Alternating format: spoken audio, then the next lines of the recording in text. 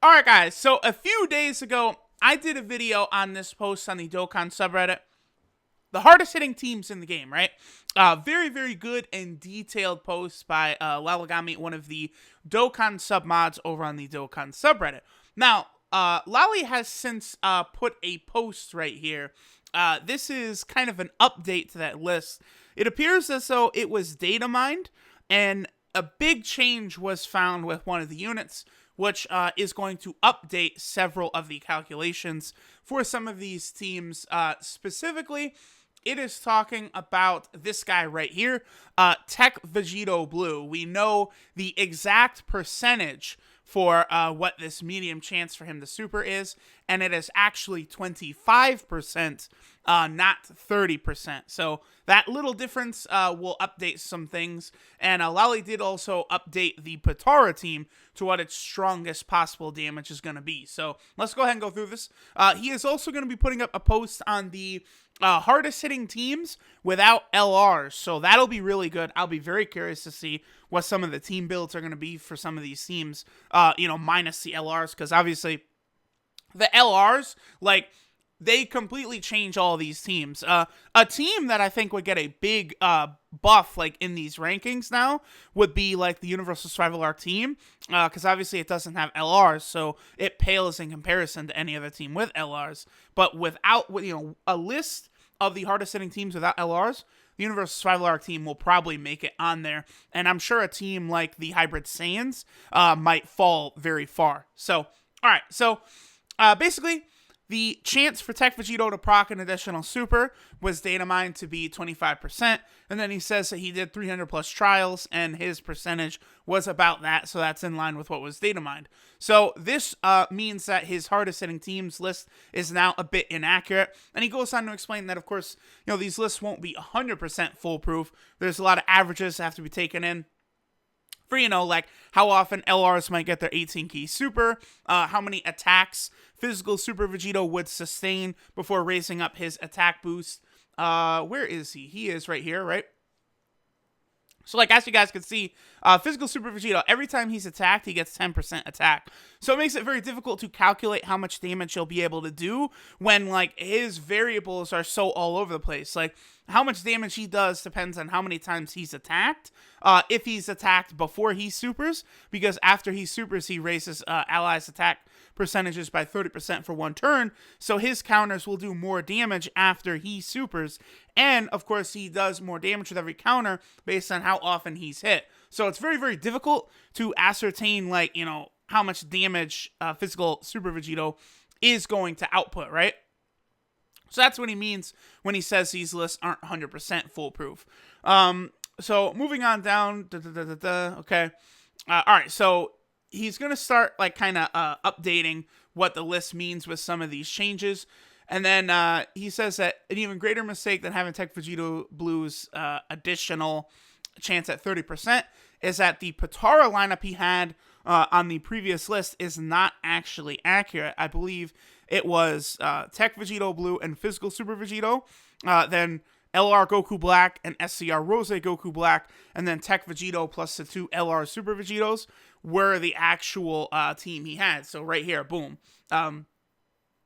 Now, there is actually an even better setup. So the setup will be this: Tech Vegito Blue and Super Saiyan 3 Bardock, Physical Super Vegito and Int Super Gogeta, and then the floaters will be the two LR Super Vegitos, and then Super Saiyan Rose Goku Black. Now, let's go ahead and break down why exactly this is going to happen like this. So, LR Vegito, outside of their leader skill, POTARA category key 3, HP and attack 170%, and then defense 130%. They also will give int types 3 key and then 90% to HP attack and defense. So it'll make it to where Super Saiyan 3 Bardock and int Gogeta will actually be able to get leader skills, and it's enough to where they really can contribute to the team, especially if they are at the rainbow level.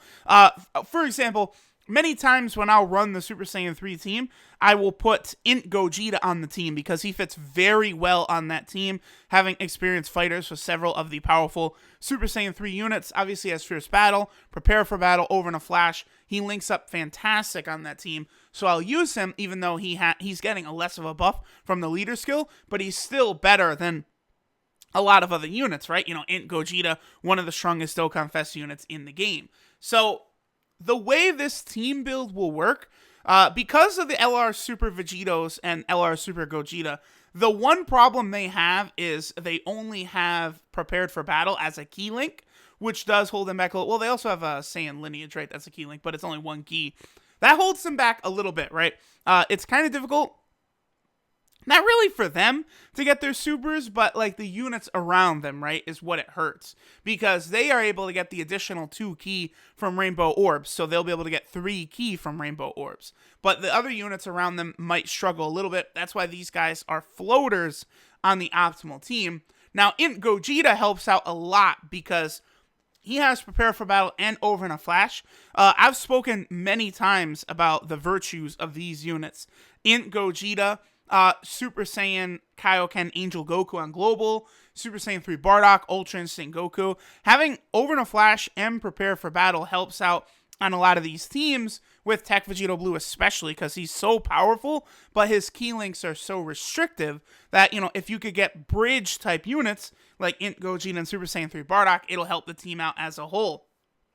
Obviously, looking at it too, his links, Int Gogeta's links, are fantastic, right?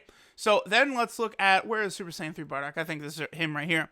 So Super Saiyan 3 Bardock, he gets attack and defense 100% when performing a super attack. He also has this, which really adds a lot of extra damage to his calculations, is that super type allies get an attack buff of 40% when HP is 70% or below, which is very good.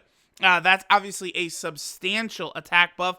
And then again, looking at his links, Super Saiyan, Experienced Fighters, Over in a Flash, Prepare for Battle, Fierce Battle, Limb Breaking Form, and First Awaken aren't going to be active on the POTARA team, but the rest of these links are. These units will link very, very well. You keep both of them on rotation, and all the units on the team are going to be able to super very, very easily. And then, of course, Physical Vegito. Now he's going to be able to work more at his max potential, having more ki. Same thing with Tech Vegito Blue is going to have more potential. And then SCR Rose Goku Black is just such a powerful unit, and he does have Prepare for Battle, so he will fit on the team as well. So let's go back and take a look at it again. So what you're going to be running is Tech Vegito Blue, and then you're going to have Super Saiyan 3 Bardock. So that is one rotation right there. The second rotation will be Physical Super Vegito and Int Gogeta. So we'll have him and him. And then the floaters will be both of the LR Super Vegetos and SCR Rose Goku Black. Now, we'll go back to the post. To sum it up shortly, Physical Super Vegito before was at less than half of his peak condition.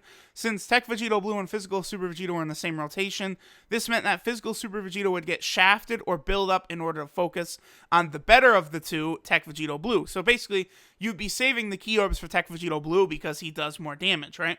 The rotation setup in the new version actually allows the focus to be on both Tech Vegito Blue and Physical Super Vegito. Big question, why are Bardock and Gogeta on the category? They get the 90% buff, so they are actually factors here. And they're perfect linking bridges between Physical Super Vegito, Tech Vegito Blue, and the LRs and Super Vegetos. So Bardock, gives a pure 20% boost to Tech Vegito Blue, while also activating Super Saiyan, Fierce Battle, and Experienced Fighters for the floating LRs. Other aspect is the key given.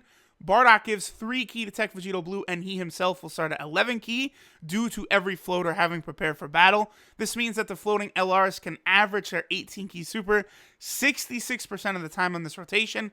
Same goes for the other rotation.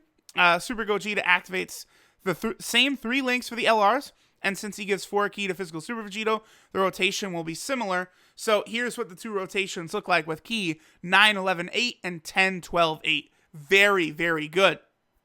On the old setup, the LRs can only get their 18 key super 1/3 of the time, whereas on this setup, it's actually 2/3 of the time, which would be a dramatic increase and allow the team overall to output a lot more damage. So in short, Super Saiyan 3 Bardock and Super Gogeta allow Physical Super Vegito and the LR Super Vegetos to perform closer to their peak, while in the old setup, both of them were far from their peak due to how the rotations were structured.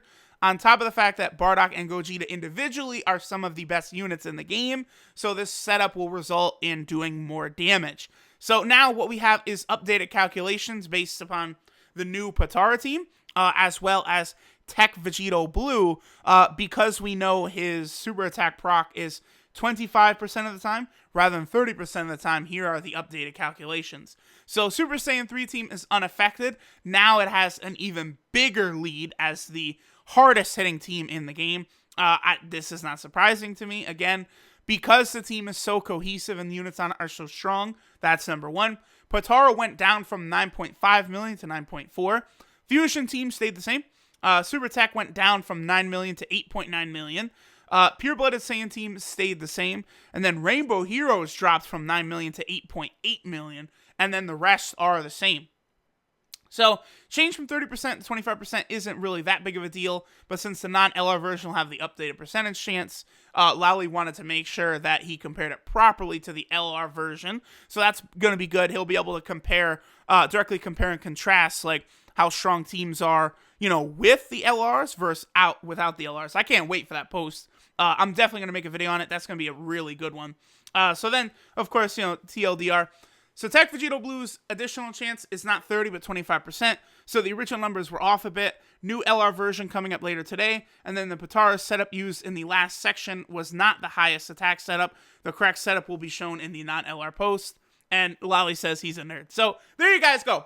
I probably will do a video testing. Oh, let me go ahead and drop an upvote on my boy right there. I'll probably go ahead and do a video on this team shortly as well, because I don't think I've ever run like this version of the team. I have all of these units, so I think this could be a pretty fun video to try and see like how this holds up, maybe in one of the higher tier boss rushes, or maybe against like Jiren or something like that. But all right, guys. I appreciate y'all watching, and I'll catch y'all later. Shoutouts again to Lally over on the Dokkan subreddit, and the whole Dokkan subreddit as a whole, and everyone. Thanks for watching. Later, guys.